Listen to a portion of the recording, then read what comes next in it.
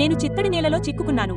కానీ నా స్నేహితుడు నా పరిస్థితిని చూసి నవ్వడం మొదలుపెట్టాడు. నాకు చాలా కోపం వచ్చింది మరియు నెమ్మదిగా చిత్తడి నేల నుండి బయటపడటానికి నా శక్తినంతా ఉపయోగించాను. నా స్నేహితుడు నాకు సహాయం చేయడానికి నడిచినప్పుడు నేను ఎదుర్కొన్న అనుభవాన్ని అతనికి చూపించాను మరియు పగలబడి నవ్వాను. నా స్నేహితుడు శారీరకంగా అలసిపోయాడు మరియు స్వయంగా బయటకు రాలేకపోయాడు. కాబట్టి అతను తల తిప్పి నన్ను సహాయం కోసం అడిగాడు. కానీ తప్పించుకోలేకపోయినందుకు నేను అతన్ని ఎగతాళి చేశాను. క్రమంగా నా స్నేహితుడి శరీరంలో సగం చిత్తడి నేలలో మునిగిపోయింది. అప్పుడే నాకు ప్రమాదం అర్థమైంది. కానీ నేను ఒక అడుగు వేయగానే నా కాళ్లు మునిగిపోవడం ప్రారంభించాయి. నేను వెంటనే వెనక్కి తగ్గి ఒక చెక్క కర్రను తీసుకుని నా స్నేహితుడిని చేరుకోవడానికి ప్రయత్నించాను. నేను వంగి చెక్క కర్రను నా స్నేహితుడి వైపు విసిరాను.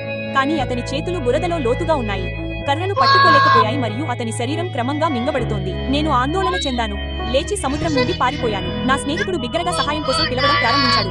నిరంతరం నా పేరు పిలుస్తూనే ఉన్నాడు. కానీ నేను వెనక్కి తిరిగి చూడలేదు. నేను ఒక పెద్ద ట్రక్కు వైపు పరుగెత్తాను మరియు బిగ్గరగా ఊపాను, కానీ స్పందన రాలేదు. నేను చూసేందుకు పరిగెత్తాను. ట్రక్కు ఖాళీగా ఉంది. నేను చిత్తడి నేల వైపు మాత్రమే పరిగెత్తగలిగాను. కానీ నేను అక్కడికి చేరుకునేసరికి నా స్నేహితుడు లేడు. చిత్తడి నేల అతన్ని మింగేసింది. ఈ దృశ్యాన్ని చూసి నా గుండె చప్పుడు అకస్మాత్తుగా పెరిగింది. నేను చాలా భయపడ్డాను. నేను ఎందుకు జోక్ కాడాను అని చింతిస్తున్నాను. నేను ఆ ప్రదేశం నుండి బయలుదేరి రోడ్డు పక్కన వెళ్లాను. ఒక కారు వచ్చింది మరియు లోపల ఉన్న స్త్రీ నన్ను చూసింది. నేను సమాధానం చెప్పకుండా నిశ్శబ్దంగా నిలబడి ఉన్నాను. ఆ స్త్రీ కారు తలుపు తెరిచి నన్ను లోపలికి ఎక్కమని చెప్పింది. నేను నిశ్శబ్దంగా కారు ఎక్కాను.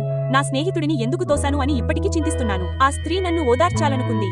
కానీ నేను ఆ సమయమంతా మౌనంగా ఉండిపోయాను.